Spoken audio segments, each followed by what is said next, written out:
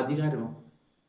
നമുക്കറിയാം, ഒരു പ്രധാനമന്ത്രിയാൻ വേണ്ടി എത്രയോ പേരെയൊക്കെ ഇവർ കൊന്നൊടുക്കുന്നറിയാം.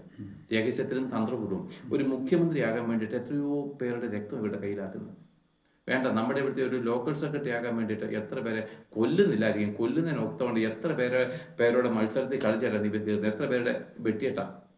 അവരുടെ നിയമത്തിലും അവരുടേതായിരിക്കും ഉടായ്പുണ്ടല്ലോ. എല്ലാം വെട്ടിയായി ഇവൻ ഇവിടെ കയറുന്നറിയാം. ഒരു പഞ്ചായത്ത് മെമ്പറിന്റെ ആഗ്രഹം എന്തുവാ? അവൻ തെരഞ്ഞെടുക്കുക. ഒരു പഞ്ചായത്ത് മെമ്പർ ആയാൽ മതി എന്ന് പറഞ്ഞ് തെരഞ്ഞെടുക്കും. ഈ പഞ്ചായത്ത് മെമ്പർ ആയാലും അവൻ്റെ ആഗ്രഹം എന്തുവാ?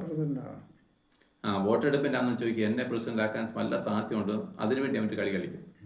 ഇപ്പം 16 വാർഡുണ്ടെങ്കിൽ 16 പേർക്ക് ഒക്കത്തില്ലോ. ഇതിനു വേണ്ടി ഭയങ്കര കളി കളിക്കും. ഈ പഞ്ചായത്ത് മെമ്പറായ ഇവൻ തൃപ്തനാണോ? അല്ല. ഇവൻ എങ്ങനെ ബ്ലോക്ക് പഞ്ചായത്ത് മെമ്പർ ഇവൻ ഇതില്ല. ഇവൻ MLA MP അല്ലേ?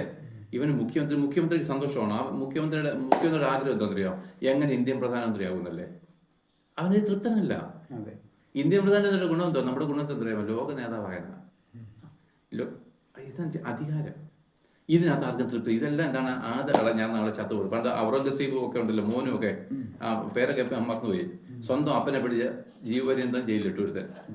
അവന്റെ അപ്പനെ ജയിലിലിട്ടാ കൊന്നതാ ഈ ജയിലിൽ കിടക്കുന്നത്. അപ്പൊ പക്ഷെ എല്ലാം ചത്തുപോയില്ലേ? ഹില്ലർ നമ്മൾ ആര്യ രക്തം നമ്മൾ ലോകം മുഴുവൻ കീഴടക്കാൻ ഇന്ത്യ അവസാനം 53-ാമത്തെ വയസ്സ് കണ്ട് സ്വന്തമായിട്ട് വെടിവെച്ച് ചെയ്തു. അലക്സാണ്ടർ സമുദ്രത്തിന് മുമ്പ് എന്നിട്ട് പറഞ്ഞു, ഹേ സമുദ്രമേ, നീ ഒരു രാജ്യമാണെങ്കിൽ നിന്നെ ഞാൻ, കാരണം യുദ്ധം ചെയ്യാൻ വേറെ സ്ഥലമില്ല. 33-ാമത്തെ വയസ്സിൽ പോയി. ഇനി സുന്ദരിയായ ഒരു പെണ്ണ്, അവളിത് തൃപ്തിയല്ല. അവൾ സൗന്ദര്യ കൂട്ടാ പിന്നെ അല്ലേ? പുരികം പഠിക്കുന്നു, പിന്നെ ഫേഷ്യസ് ചെയ്ത് എന്തൊക്കെ അവൾക്ക് എത്ര സൗന്ദര്യം ഉണ്ടായിട്ട് അവൾക്ക് തൃപ്തി പോരാ. ആരോഗ്യമുള്ളൊരു പുരുഷൻ എന്തൊക്കെ പരിപാടിയാ, മസില് അല്ലേ? ഒന്നിനും ആർക്ക് തൃപ്തി. പക്ഷെ അതെന്താണ്? അത് സ്വാഭാവികമായിട്ട് നമ്മൾ നിക്ഷേപിക്കപ്പെടുന്ന ആദമിന്റെ സ്വഭാവം.